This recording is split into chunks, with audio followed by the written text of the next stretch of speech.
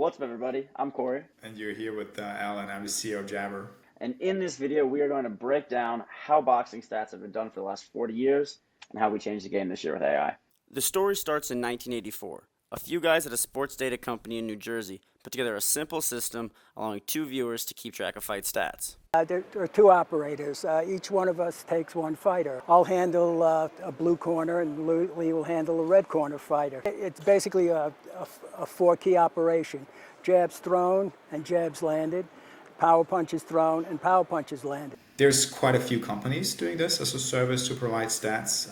The most commonly used one is CompuBox, but I think there's like 5 or 6 other companies. It's all the same concept. You click, they've been doing it that way for 40 years. Here we have an example of one of our tech demos. What is the major difference here? Well, the biggest difference is this is actually a computer doing the counting. This is an AI. It's not just people with clickers. And so we built here at Jabbr our own custom AI from scratch. We spent years doing it. It was a lot of work. And what it really is, it's the AI who learned from 250,000 examples. So we have a good handful of professional sports performance analysts working at Jabbr who painstakingly for years have been manually tagging events such as punches that are landing or missing and whatnot. And then we're feeding all this data to the AI for it to learn from. All right, Allan. So here we have some alternative tech. Yeah, so you might have seen this type of videos floating around, various examples. This is what's called a pose estimator, in this case a 2D pose estimator. It's like a standard action activity recognition tool that Julian from our team cooked up in an afternoon. These type of tools has been around for like 5-10 years. They've never been used in combat sports because they're not great for it.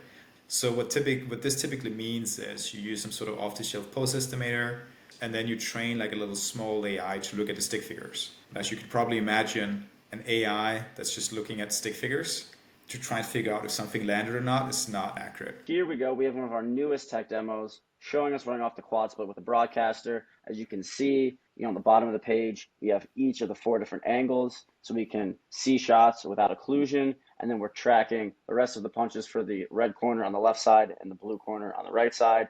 And the dots will correlate with the impact level of the punch. This system really allows us to get basically perfect accuracy. So the broadcasters send us their own ISO feeds from like 3-4 different camera angles, and then the AI is looking at all of it. And so these videos here, we actually generate for every single fight we do for the broadcasters. So full documentation on every single punch that's being counted.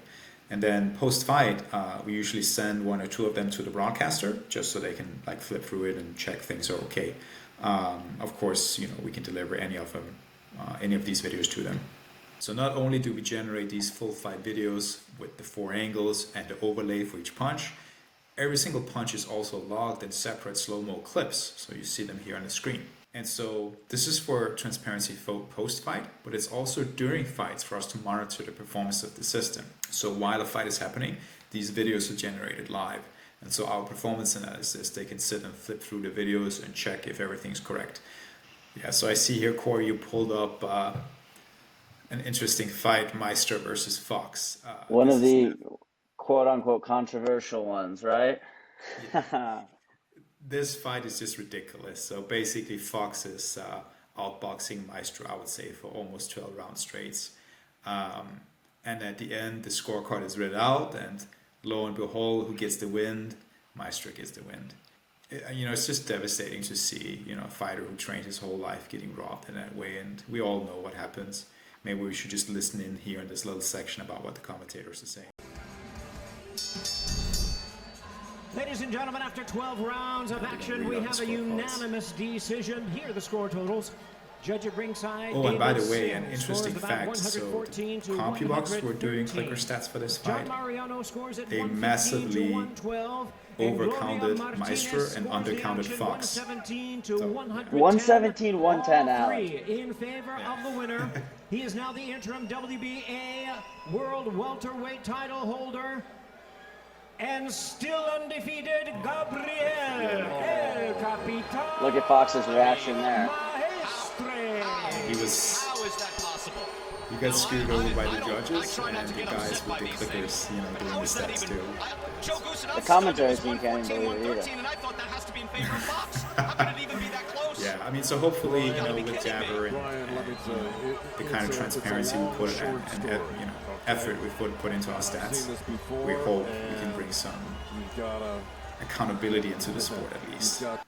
Hopefully, Right, because right now, for people like Fox, there's no way to get anything back from this. It's just, you're supposed to just take it and accept it and move on with your life like nothing happened. All right, Allan, the big question, the one that everybody has been asking us, can we use this AI data to score a fight? Yes, we can. It turns out when you measure enough aspects of a fight, it's totally possible to do automated scoring. I think it's important, though, that we explain this a little bit further. So what does it actually mean to score a fight? That is the right question to ask. Because if you read the rules, they're just inherently subjective. We took the approach of having the AI try and learn to predict scorecards, even before they're announced.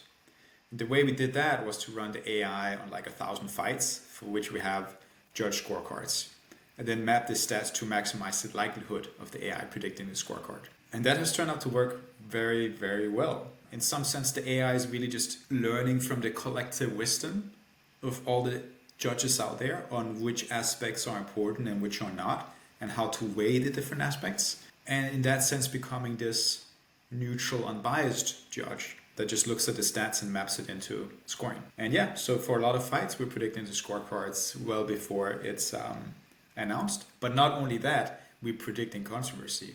Because what we already now can see is when the scorecards announced by the judges are very different than what's predicted, controversy. So we can also not only predict these cards very well, we can predict when a fight's going to cause storm on social media, when there's going to be an influx of tweets coming in and people saying that was a robbery, or the judge, he's a fanboy, all sorts of stuff that we always see. Exactly. So far it's been working quite well.